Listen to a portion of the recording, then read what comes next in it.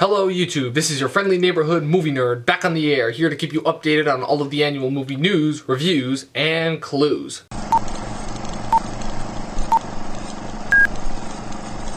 So, for my next video, I'm going to do a video that is a little bit overdue, but it needs to be done considering that Star Wars is right around the corner. This is my official video for my theories and speculations on the upcoming Star Wars Episode 7, The Force Awakens.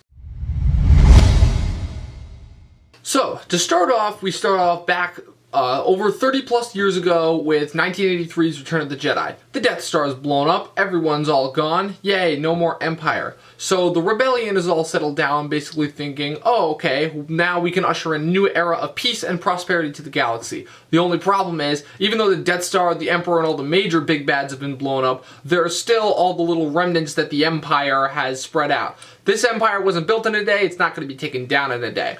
And the rebellion, I'm sure, realizes that they have this problem to deal with. So, what they're going to do is they're going to go around and spread their issue of love. The only problem is that the Empire has one thing that the rebellion doesn't, and that's major propaganda. So basically, here's where the rebels are 30 years later. Luke has disappeared, nobody knows where he is. Leia's a general, but she's got a lot of stress on her hands, you know, because she's basically left all in charge. So she's sending Han and Chewie out on these different scavenging missions because she's trying to find Luke. Because even though the majority of the galaxy still hates them and the First Order is still causing trouble wherever they can, they figure if they can find Luke, they can bring some semblance of peace back to the galaxy. Now, I know what most of you were thinking. Oh, Luke's gone to the dark side. Here's the thing. That was never confirmed. Yes, Mark Hamill approached J.J. Abrams about the idea, but it still hasn't been confirmed. We still don't know anything about what's actually going to happen. But my speculation is that Luke hasn't gone to the dark side. He's Luke Skywalker. He just has become so disparate and disillusioned because everywhere he went, people hated him because of the First Order screwing things up for them. So the major bad guys in this movie are going to be General Snoke, who's played by Andy Serkis. He's basically the new Emperor Palpatine and the Grand Poobah of the First Order. And then we've got his lieutenants, which are General Hux, played by Donnell Gleeson, and Captain Phasma, played by Game of Thrones Gwendolyn Christie. And then you've also got the bad guy that's been the center of focus for most of the trailers and everything, which is Kylo Ren, played by Adam Driver.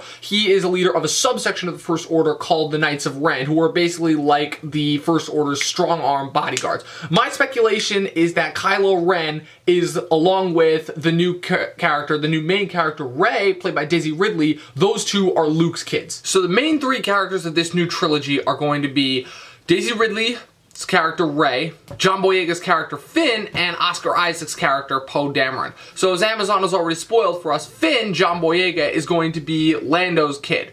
So basically you're probably wondering, oh, why is there a stormtrooper that doesn't look like Jango Fett? Simple, because of the massive casualties that the Empire suffered during their initial war with the Rebellion in the original trilogy. They had to go on a recruiting trip and recruit anyone that would go for it, which is pretty easy enough as it is, considering that they have, you know, spread their influence, making everyone think that the Rebellion is the bad guy. So as we've also seen, now Poe Dameron is seen as a captive in the new trailers. He's being tortured by Kylo Ren, and also in a few images that have been released, you see him running into conflict with Finn. So what I think is going to happen is Poe is kept captive on one of these ships. He manages to escape the First Order. Finn is part of the First Order troopers that are sent after him. But Finn ends up getting shot out of the sky by some other rebels and ends up crash landing on Jakku, the desert planet which we've seen in the trailers, which is where Rey is. So, Rey, as I've said, I believe is Luke's kid. So Rey and her droid BB-8 team up with Finn because she takes pity on him and wants to help him.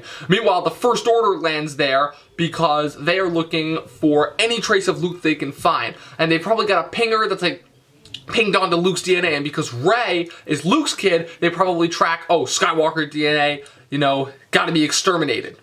So this is also what probably leads Han and Chewie, because like I said, I think that Leia is sending Han and Chewie on all of these different scouting missions in order to try and find Luke. And so they're pinged onto the same DNA, Skywalker DNA source that the First Order are. So they managed to pick up Rey, Finn, and BB-8, and together they are now off on their journey, which takes them across planets, will take them into conflict with the First Order, and all this such. My one question is that you see Finn with the Skywalker lightsaber when he's battling Kylo Ren, who seems to be unmasked on that last shot of the trailer. So, where did he get the Skywalker lightsaber from?